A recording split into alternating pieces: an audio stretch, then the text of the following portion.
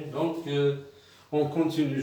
Bienvenue dans la chaîne SVT plus Carval pour le renforcement des sciences de la vie et de la Terre, bien sûr, avec l'unité 1 qui concerne les deuxièmes bacs SVT PC, la consommation de la matière organique et flux d'énergie. Toujours avec le premier chapitre qui est les réactions biochimiques responsables de la libération de l'énergie contenue dans la matière organique. Alors, on a vu les réactions de la respiration cellulaire, les réactions de la fermentation. Dans cette vidéo, je vais comparer ce qu'on appelle le bilan énergétique de la fermentation et de la respiration, surtout le rendement. D'accord? Alors, dans les vidéos précédentes, donc il faut voir toutes les vidéos sont ordonnées dans la chaîne SVT plus Carval. Alors, le bilan énergétique pour la respiration, on avait donc compté qu'il y a production à partir de la consommation d'une mole de glucose, 38 ATP. 38 ATP. Tandis que la fermentation nous donne 2 ATP. D'accord? Alors, le rendement énergétique. Donc, c'est quoi le rendement énergétique? On va résoudre cet exercice. Des études calorimétriques d'Irasat Mis'aliya ont montré que l'énergie contenue globale, l'énergie globale du glucose, dans une mole de glucose est de 2840 kJ. Alors, sachant que l'hydrolyse de l'ATP libère 30,5 kJ.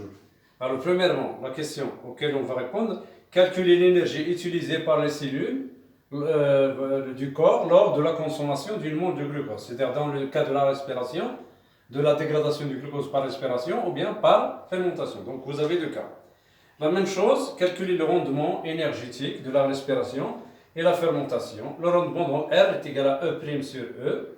E' c'est l'énergie, E c'est l'énergie globale du glucose et E' c'est l'énergie globale contenue dans le total des ATP.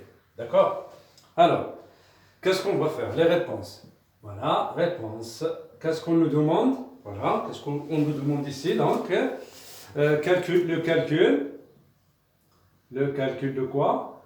De l'énergie utilisée par les cellules. Voilà, par les cellules.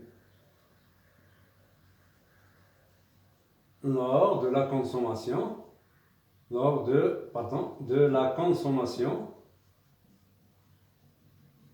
d'une mole de glucose. Du glucose. D'accord? Alors, qu'est-ce qu'on sait? Alors, qu'est-ce qu'on sait? Donc, on sait qu'une mole de glucose nous donne 38 ATP. D'accord? On va voir les vidéos précédentes. Alors, l'hydrolyse de l'ATP nous fournit combien? 30,5 kJ.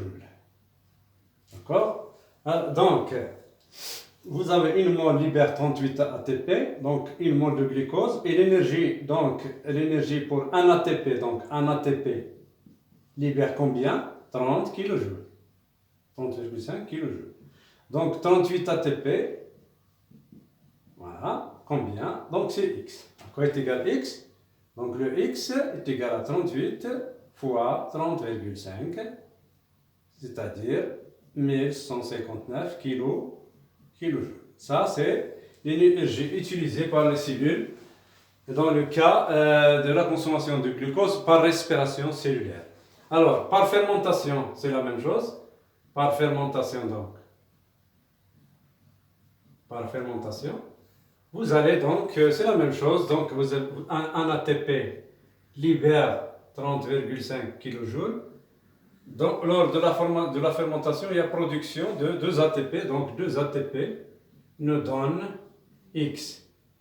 X' est égal à 2 fois 30,5, ça veut dire 61 kJ. Ça, c'est la première question. Alors, la deuxième question. Le rendement,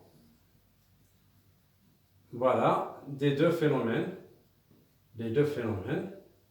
Voilà. Voilà. Et, d'accord? Alors, R, on va appeler R1, c'est celui de la respiration, pour la respiration. Voilà. Le rendement énergétique de la respiration. D'accord? Elle est égale à quoi? Donc, E prime sur E fois 100. Alors, E prime, vous l'avez calculé, donc c'est 159 sur l'énergie totale du glucose, c'est 2840. Donc 2840 fois 100, ce qui vous donne 40,2%. Alors, pour la fermentation, ça c'est la respiration. La fermentation, voilà. La fermentation, donc R2 est égale, donc l'énergie utilisée par le corps lors de la consommation d'une mole de glucose par fermentation lactique par exemple, c'est 61, donc 61 sur 2840, l'énergie globale contenue dans le glucose, fois 100, voilà, elle est égale à 2%. Donc qu'est-ce que vous voyez bien? Pardon? Vous voyez que l'énergie, que le rendement énergétique de la respiration est plus supérieur à celui de la fermentation. Alors, vous savez pourquoi? Alors, pourquoi, votre avis? Pourquoi? Parce que au cours de la respiration, une mole de glucose plus s'oxyde nous donne donc 6 CO2 plus 6 H2O plus 38 ATP. D'accord? 38 ATP. Donc, ça, ce sont des... Donc, il y a une dégradation totale du glucose, oxydation totale, dégradation totale. Donc, l'eau et le CO2 donc, sont vides en énergie. Donc, il y a une dégradation totale. Tandis que dans la fermentation lactique, le glucose, 6H12O6, nous donne deux molécules vers la fin de l'acide lactique. Alors, l'acide lactique, COH ici, l'acide lactique, c'est une molécule organique qui contient encore de l'énergie à libérer. Donc, la dégradation par fermentation ne nous donne que 2 ATP. C'est pourquoi le rendement énergétique de la respiration est plus supérieur à celui de la fermentation. Abonnez-vous toujours à la chaîne SVT+. J'espère que vous avez compris la comparaison entre le rendement énergétique de la respiration et celui de la fermentation. Abonnez-vous à cette chaîne, vous n'aurez Inch'Allah que du nouveau.